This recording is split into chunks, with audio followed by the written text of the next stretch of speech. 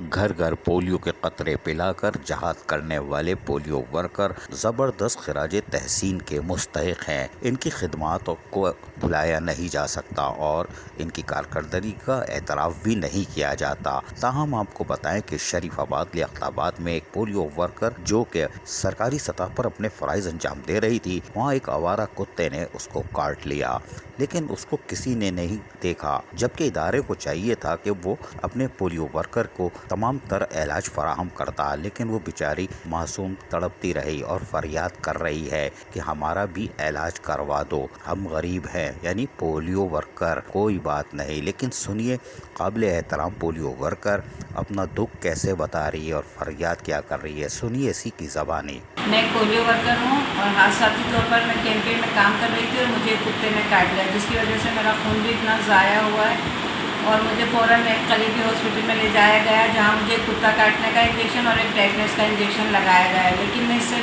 مطمئن نہیں ہوں۔ میں چاہتی ہوں میرا صحیح سے پراپر علاج کیا جائے اس میں جنا ہاسپٹل میں، اور WHO یا API کی طرف سے مجھے کوئی ہیلپ نہیں ملی، جبکہ ہم اس ادارے کے لیے اتنا کام کر رہے ہیں تو ان کو بھی تو ہماری کوئی ہیلپ کرنی چاہیے، اور میں چاہتی ہوں میری ہیلپ کی جائے اور مجھے وہیں سے میرا کورس وغیرہ کمپلیٹ اور صحیح ویکسینیشن ہو میری۔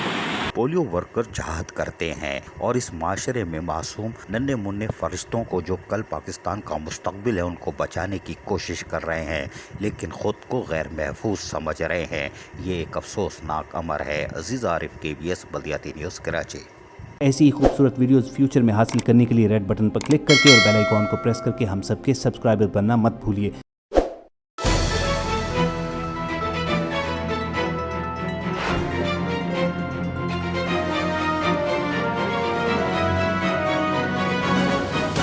KBS بلدیاتی نیوز۔